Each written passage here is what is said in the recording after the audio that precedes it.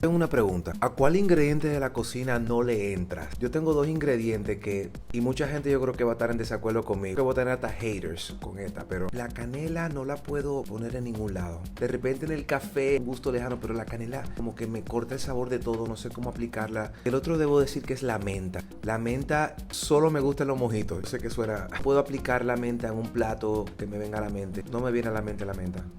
En fin, ¿con cuál ingrediente tú no te relacionas en la cocina? O el que tú no le pones a ninguna comida.